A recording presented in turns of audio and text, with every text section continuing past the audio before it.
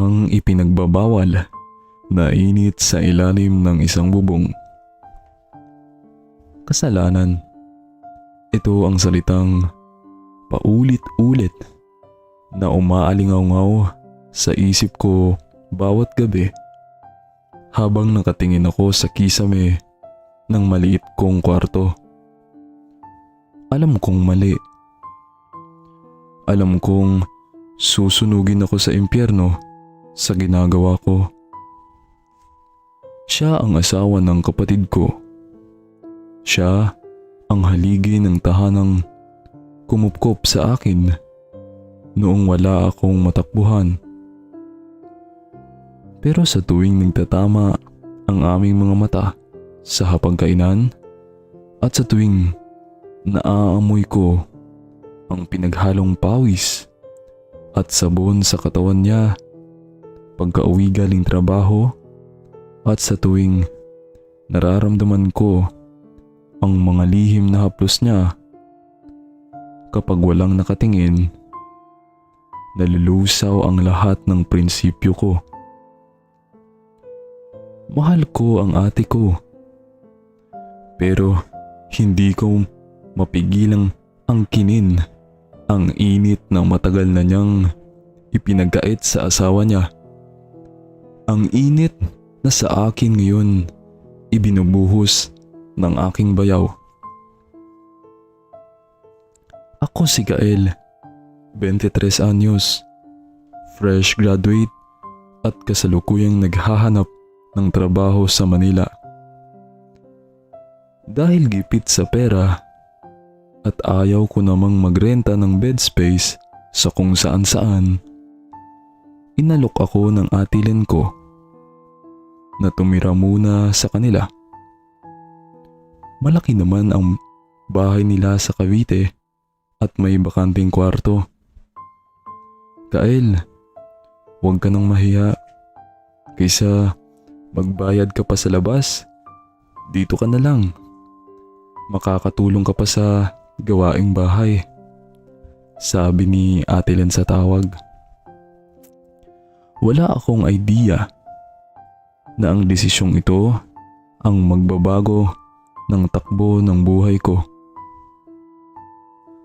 Ang akala ko simpleng makikitira lang ako. Hindi ko inasahan na may ibang naghihintay sa akin doon. Pagdating ko sa bahay nila, sinalubong ako ng isang lalaking hindi ko pa masyadong nakakausap noon. Si Kuya Roldan. Nakita ko lang siya noong kasal nila ni ate. 5 taon na ang nakakaraan. At noon ay payat pa siya. Pero ngayon, ibang-iba na. Nakasando lang siya habang nagkukumpuni ng sirang gate. Putok na putok ang biceps niya at may mga butil ng pawis na tumutulo sa kanyang leeg pababa sa dibdib. Moreno, matangkad at may roughness sa muka na lalong nagpadagdag sa masculinity niya. Gael, musta na tol? Laki mo na ah. Bati niya, sabay abot ng kamay. Ang higpit ng hawak niya, ang gaspang ng palad niya na puno ng kalyo. Kamay ng isang trabahador. Kamay ng isang lalaking kayang protektahan ka. Okay naman po, Kuya Roldan. Salamat po sa pagpapatuloy. Sagot ko. Medyo naiilang dahil sa titig niya. Wala yun. Pamilya tayo eh. Sige, pasok ka na. Wala pa ang ate mo. Overtime na naman yun. Doon ko unang naramdaman ang lungkot sa boses niya kapag binabanggit ang ate ko. Sa unang buwan ko sa bahay, naging saksi ako sa dinamika ng mag-asawa. Si Ate Len ay isang manager sa isang BPO company. Laging stressed, laging pagod, at madalas ay mainitin ang ulo. Si Kuya Roldan naman ay may maliit na talyer at hands-on sa bahay. Siya ang nagluluto. Siya ang naglilinis. Napansin ko na madalas silang mag-away. O mas tamang sabihin, madalas nabulyawan ni ate si Kuya. Roldan, ano ba yan? Ang alat naman ng ulam. Roldan, bakit hindi mo pa nalabhan yung uniform ko? Tahimik lang siya. Sumusunod. Pero nakikita ko sa mga mata niya ang pagod. Hindi pisikal na pagod, kundi emosyonal. Dahil dito, kaming dalawa ni Kuya Roldan ang naging close. Kapag wala si ate, kami ang magkasama. Tinutulungan ko siya sa pagluluto. Minsan, tinutulungan ko rin siya sa talyer tuwing Sabado. Isang gabi, habang nanonood kami ng basketball sa sala, nagkatabi kami sa sofa.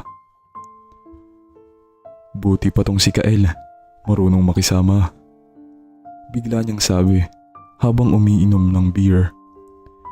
Napatingin ako sa kanya. Bakit po kuya? Wala, ang ate mo kasi. Parang hindi na ako asawa kung tratuhin. Parang utusan lang. Ramdam ko ang bigat ng loob niya. Instinctively, tinapik ko ang balikat niya. Pagod lang yun si ate kuya. Intindihin mo na lang. Hinawakan niya ang kamay ko na nasa balikat niya. Hindi niya inalis. Hinaplos niya pa ito gamit ang hinlalaki niya. Salamat Kael. Buti nandito ka. Kinabahan ako. Ang init ng palad niya ay gumapang sa braso ko, papunta sa dibdib ko. Hindi ko inalis ang kamay ko. Hinayaan ko lang siya. Nagkatitigan kami ng ilang segundo. Yung titig na parang may gustong sabihin pero pinipigil lang. Biglang bumukas ang pinto. Dumating si ate. Mabilis kaming naghiwalay pero ang kuryente ng sandiling iyon ay nanatili sa sistema ko. Biyernes ng gabi noon, umalis si Ate Len para sa isang team building sa Batangas. Kami lang ni Kuya Roldan ang naiwan sa bahay. Malakas ang ulan sa labas, malamig. Perfect weather para sa broken-hearted o sa mga naghahanap ng init. Nagluto si Kuya Roldan ng sisig at naglabas ng isang case ng Red Horse. Samahan mo ko Kael, minsan lang to. Wala ang dragon. Biro niya. Pero alam kong gusto lang niyang maglabas ng sama ng loob. Sa unang bote, kwentuhan lang tungkol sa trabaho. Sa pangatlo, tungkol na sa buhay. Sa panglima, lumabas na ang tunay na hinaing. Alam mo Kael, sabi niya, medyo namumula na ang muka at mapungay na ang mata. Ang tagal na naming hindi nagtatabi ng ate mo. 6 na buwan na. Pakiramdam ko, hindi na ako lalaki sa paningin niya. Naramdaman ko ang awa at ng isang kakaibang tuwa. Awa dahil nasasaktan siya at tuwa dahil ibig sabihin ay available siya sa emosyonal na aspeto. Baka pagod lang talaga kuya. Pampalubag loob ko kahit alam kong hindi iyon ang gustong marinig ng puso ko. Lumapit siya sa akin. Umusog siya sa upuan hanggang sa magkadikit na ang mga tuhod namin. Ikaw, Kael, may girlfriend ka na ba? Umiling ako. Wala po, kuya. Imposible. Sa gwapo mong yan? Makinis. Mabait. Kung ako ang babae, hindi kita pakakawalan. Namula ako. Iba ang tono niya. Hindi ito biro ng isang tito o kuya. May halong flirtation. Tinitigan niya ako. Ang mga mata niya ay bumaba sa labi ko. Ang swerte siguro ng magiging partner mo. Bulong niya. Bigla niyang hinawakan ang hita ko. Madiin. Mainit. Kuya, mahina kong saway. Pero hindi ako umalis. Bakit, Kael? Masama ba? Tanong niya. Ang boses niya ay naging husky. Masama bang humanga sa bayaw ko? Hindi ko alam kung sino ang unang gumalaw. Basta ang alam ko, noong gabing iyon, sa gitna ng malakas na ulan at amoy ng alak, naglapat ang aming mga labi. Lasang beer at sigarilyo ang halik niya. Pero para sa akin, ito ang pinakamasarap na lasa sa mundo. Buong akala ko, dahil kuya ang tawag ko sa kanya, magiging gentle siya. Pero hindi. Uhaw siya. Uhaw na uhaw siya sa atensyon at pagmamahal na ipinagkait sa kanya. Ang mga halik niya ay agresibo, mapang-angkin. Ang mga kamay niya ay mabilis na gumala sa katawan ko. Tinatanggal ang harang sa pagitan naming dalawa. Doon, sa sala, sa ibabaw ng lumang carpet, nangyari ang hindi dapat mangyari. Kuya, si ate. Bulong ko sa pagitan ng mga ungol namin. Sinusubukan kong ipaalala ang realidad. Wala siya rito. Sagot niya habang hinahalikan ang liig ko. Tayo lang ngayon, Kael. Akin ka muna. Ang akin na muna na iyon ay parang musika sa pandinig ko. Sa mga oras na iyon, nakalimutan kong may kapatid ako. Nakalimutan kong mali ito. Ang tanging alam ko lang ay ang mabigat na katawan ni Kuya Roldan sa ibabaw ko. Ang higpit ng yakap niya at ang paulit-ulit niyang pagbulong ng pangalan ko na parang ako ang pinakamahalagang tao sa mundo niya. Naramdaman ko ang pagmamahal na hinahanap niya at ibinigay ko sa kanya ang lahat. Bawat haplos, bawat halik, bawat pagsuko. Iyon ang pinakamatinding gabi ng buhay ko. Ang gabi na naging akin ang asawa ng kapatid ko. Akala ko one-time thing lang iyon dahil dala ng alak. Pero nagkamali ako. Kinabukasan, pagka-uwi ni Ate Len, normal ang lahat. Pero sa tuwing magkakatitigan kami ni Kuya Roldan, may kislap, may sikreto kaming dalawa. Nagsimula ang aming lihim na relasyon sa loob ng pamamahay na iyon. Naging matapang kami. Kapag naliligo si ate, pumupuslit si kuya sa kwarto ko. Mabilis ang halik, mabilis ang yakap. Kapag tulog si ate sa gabi, tinitext ako ni kuya, "Gising ka pa? Labas ka, inom tubig." At magkikita kami sa kusina. Sa dilim, yayakapin niya ako mula sa likod. "Namiss kita ngayong araw," bulong niya. "Kuya, baka magising si ate." Kabadong sagot ko, "Hayaan mo siya, pagod yan. Basta ikaw, dito ka lang." Dumating sa punto na naghahanap kami ng paraan para mawala si ate. Masaya kami kapag nag-o-overtime siya. Masaya kami kapag umaalis siya tuwing weekend. Naging masigla si Kuya Roldan. Bumalik ang ngiti niya.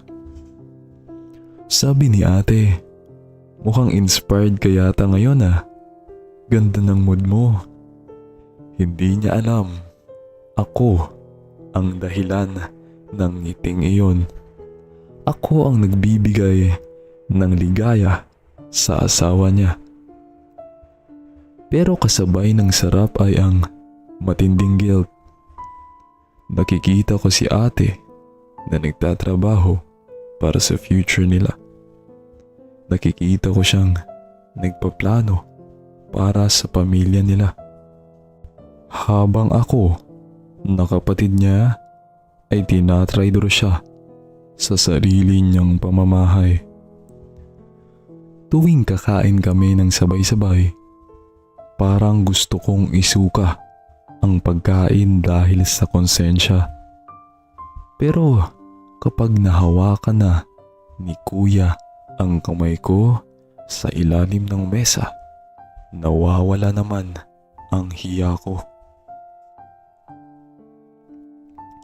Isang Sabado, nagkasakit ako.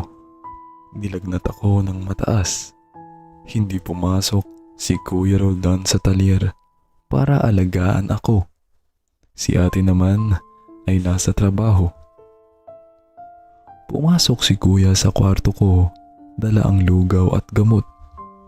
"Kain ka na, Kael. Magpagaling ka," sabi niya nang may pag-aalala. Sinubuan niya ako. Matapos akong kumain, humiga siya sa tabi ko at niyakap ako. "Mahal kita, Kael," bigla niyang sabi. Natigilan ako. Ito ang unang beses na sinabi niya iyon. Hindi lang pagnanasa, mahal niya ako. "Kuya, paano tayo? Paano si ate?" tanong ko. Tumutulo na ang luha. Hindi ko alam, basta ang alam ko, masaya ako sa'yo. Ayaw na kitang pakawalan. Hinalikan niya ako. Malalim, puno ng emosyon. Sa sobrang lunod namin sa isa't isa, hindi namin narinig ang pagbukas ng gate. Hindi namin narinig ang mga yapak sa hagdan. Biglang bumukas ang pinto ng kwarto ko. "Kael, may binili akong prutas para sa..." Boses ni ate. Mabilis kaming naghiwalay ni Kuya Roldan. Nakaupo siya sa gilid ko ng kama. Ako naman ay nakahiga. Nakita ko ang gulat sa mukha ni Ate Len. Pero dahil mabilis si Kuya, nakatayo agad siya at kunwaring inaayos ang kumot ko. "Oh Len, nandyan ka na pala. Inaayos ko lang tong kumot ni Kael." Nanginginig kasi sa lamig. Palusot ni Kuya. Natural ang boses niya. Pero kitang-kita ko ang pamumutla ng kamay niya. Tinitigan kami ni ate. Palipat-lipat ang tingin niya sa aming dalawa. Sa gusot na kama, sa pawis ni Kuya, sa namumula kong muka. Kinabahan ako. Alam kong matalino si ate. Pero pagkaraan ng ilang segundong nakakabingi, umiti siya ng pilit. Ganun ba? Sige, iwan ko muna tong prutas sa mesa. Magpahinga ka na, Kael. Lumabas siya. Napabuntong hininga kami ni kuya. Muntik na yun. Bulong niya.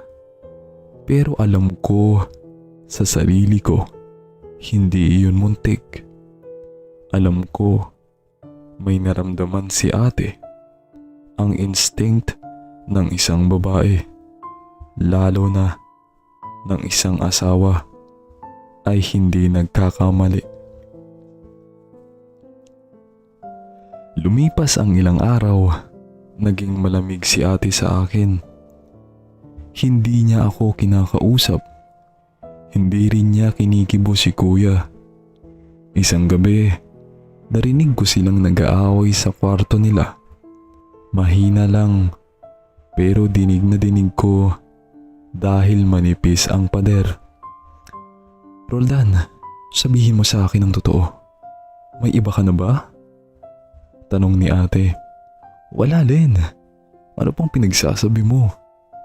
Tanggi ni kuya. Ramdam ko, Roldan. Ang layo-layo mo sa akin. At yung tingin mo kay Kael? Kapatid ko yun, Roldan. Kapatid ko. Nanigas ako sa kinatatayuan ko sa labas ng pinto. Alam na niya. Hindi siya sigurado, pero alam niya. Umiyak si ate. Kung hindi mo na ako mahal, sabihin mo, pero wag naman sa kapatid ko. Ang sakit. Sobrang sakit. Marinig ang paghihinagpis ng kapatid ko dahil sa katarantaduhan namin. Nang gabing iyon, hindi ako nakatulog. Nag-isip ako. Mahal ko si Kuya Roldan. Mahal niya rin ako. Pero hindi tama ito. Hindi pwedeng sirain ko ang pamilya ng kapatid ko para sa sarili kong kaligayahan. Si ate ang tumulong sa akin nung wala ako. Hindi ko siya pwedeng gantihan ng ganito. Kinabukasan, habang wala sila pareho, nag-impake ako. Iniwan ko ang lahat ng gamit na binigay ni kuya. Nag-iwan lang ako ng sulat sa mesa sa kusina. Ate Len, Kuya Roldan, salamat sa pagpapatuloy. Natanggap na ako sa trabaho sa Makati at kailangan ko na pong lumipat malapit doon. Biglaan po ito dahil start na agad ako bukas. Salamat sa lahat. Patawarin niyo ako kung naging pabigat ako. Walang closure, walang paalam. Ilang taon na ang nakalipas, hindi na kami nagkita ni Kuya Roldan. Balita ko, sila pa rin ni ate. May anak na sila ngayon. Mukhang maayos na ang pagsasama nila noong nawala ako. Minsan, kapag umuulan at umiinom ako mag-isa sa kondo ko, naaalala ko pa rin siya. Naaalala ko ang init ng yakap niya, ang gaspang ng palad niya, ang lasa ng halik niya na may halong red horse. Naaalala ko ang boses niyang bumubulong ng mahal kita, Kael. Masakit pa rin. Mahal ko pa rin siya. Pero alam kong ito ang tamang gawin. Ako ang bayaw na naging tinik sa dibdib nila. At ang pag-alis ko ang tanging paraan para maghilom sila.